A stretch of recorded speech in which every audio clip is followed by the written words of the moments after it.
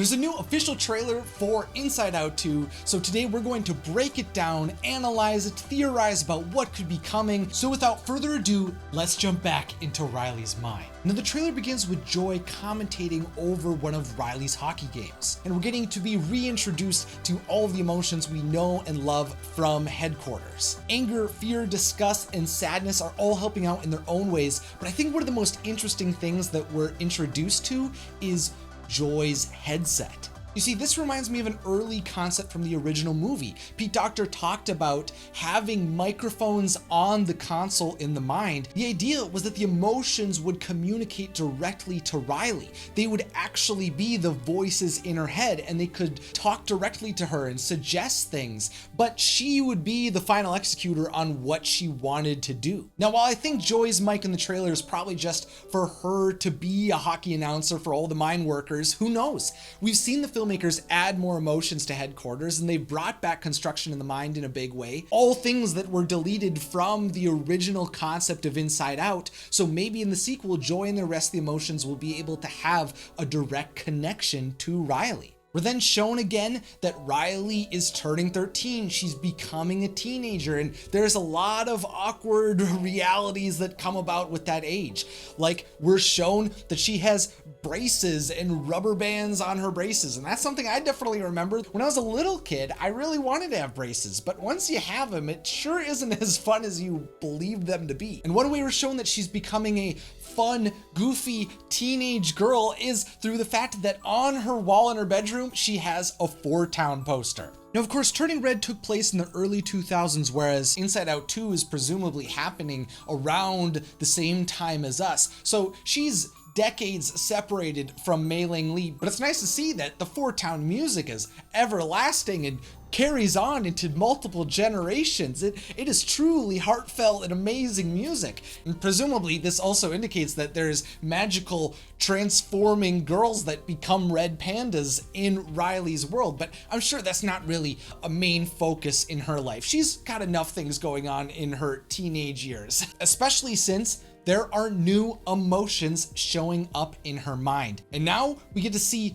all of them. There's anxiety, of course. We got to see her in the original teaser, but now there's envy, a little cute girl who's trying to always look at and try to find all of the things that she wants to integrate into her own life. Then there's Ennui, who's laid down on the couch. It seems like every image we see of them, they're sprawled out and just looking at a phone or laying around. They're meant to represent boredom and disinterest and disengagement from the world. And finally, there's embarrassment. And it was really cute to see Sadness immediately be inclined to go towards embarrassment. And I think that's something that will be really cool to see, is all of the interactions between the core 5 emotions and all of these new emotions that are showing up. There's clearly similarities between some of these differing emotions, and it seems like sadness and embarrassment are a good match. But something else to point out in these scenes is that there's something new near the core memories. There's this new pedestal that seems to have this glowing orb around it. It kind of looks like an atom with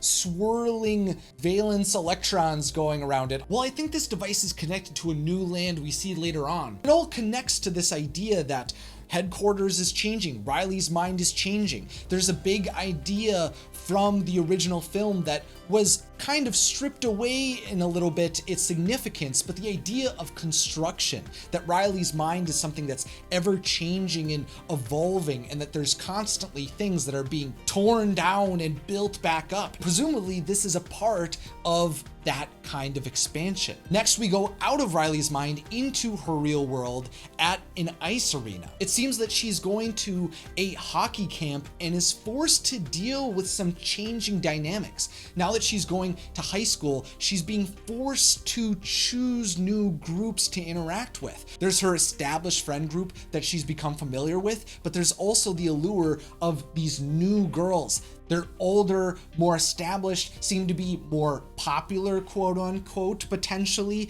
And so Riley is drawn to them as they reach out to her. And Anxiety seems to fully back this idea. Anxiety seems to be optimizing for self-preservation of Riley over everything. She's attempting to make moves to keep Riley's social situation safe as she moves into high school. It's a terrible feeling to want to change yourself, to attempt to appeal to other people around you. I remember the days of high school where I was trying to act cool and trying to be strong and tough and trying to be smart by pursuing math and science. But in reality, it's self-deteriorating. But while Anxiety is trying to solidify these new friendships, Joy appears to be a main cause for that going wrong. Joy has been at the heart of Riley her entire life. She was the original emotion that showed up into headquarters and has been the driving force for leading connection between people. Of course, Joy realized that sadness and the other emotions allowed that to happen too,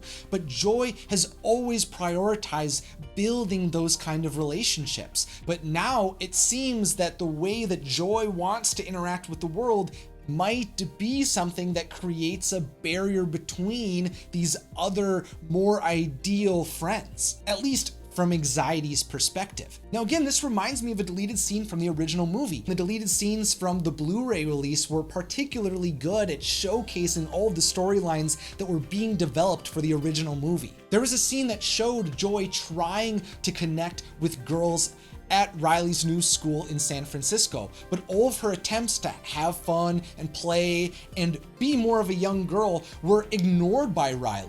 While all the suggestions by Fear to play it safe, act cool, and pretend to be nonchalant and not give any opinions was the thing that allowed Riley to initially create friendships. Eventually, as that story developed, Joy would feel like she was outdated, that she was told that she no longer was necessary for Riley, and at some point, Fear eventually pushes out Joy from headquarters. He actively tried to keep Joy away from Riley because he was convinced that Joy was bad for Riley. And this seems to be what is going to happen in Inside Out 2. Oh, and by the way, if you like to look through all of the behind the scenes resources I've used to research Inside Out, I've linked them all in the description for you down below. We're told in the official description of Inside Out 2 that Anxiety isn't the type who will take a back seat. So Anxiety and the rest of the new emotions take over. They bottle them up and suppress them somewhere deep in Riley's subconscious. And Anxiety orders the mine workers to execute Operation New Riley. So it seems that Anxiety is going to attempt to completely reshape Riley so that she can fit in better. And what's kind of cool is that we're shown all of these like little cubicles for all of the mine workers that are made up of all these playing cards with Riley on them. And they're working at desks that resemble classic Disney traditional animation desks. I think that's a really fun way to connect this film to animation of old and the history of the medium. But I think Anxiety's plans are going to backfire in a big way, and it seems like we're already shown that. Riley seems to be exhausted, beat down, extremely stressed, and that obviously makes sense. Anxiety is running her brain. But then we're shown this expansive new land. There's all of these glowing string lights connected to memories. And honestly, what it reminded me of was Avatar. Now, according to Pixar's website, this is Riley's belief system. This area in the mind is Riley's sense of self and is made up of all of her beliefs, each of which can be heard with the pluck of a string. And in this moment, Sadness and Joy will be delivering key memories to this formative land. Now, the new pedestal we saw in Riley's headquarters, I think, is connected to this state of belief. Maybe the emotions now have access to this kind of world. Maybe that's why it's finally being explored and discussed. While the Islands of Personality might be a distillation of what she really cares about in the world, I think her sense of self might explain why she cares about those specific things. Now that the emotions are becoming more complex, maybe they're able to access new parts of Riley's mind. And hopefully over time, that means that Riley will be able to have a deeper understanding of herself. While Anxiety will be attempting to make Riley into someone else, Joy is going to have to fight off Anxiety, retake headquarters, and attempt to restore Riley to her core beliefs and who she truly is. But now I'd like to pass the conversation over to you. What did you think of the official trailer for Inside Out 2? Let me know down in the comments, and whether you're a new viewer or you're a returning viewer, make sure to subscribe to be able to stay up to date with all of the Inside Out 2 videos that I'll be making in the coming months. And if you'd like to see my reaction to this trailer, consider clicking the join button and becoming a member to gain access to that exclusive video. And finally, I'm Isaac Carlson. Thanks for watching and have a magical day.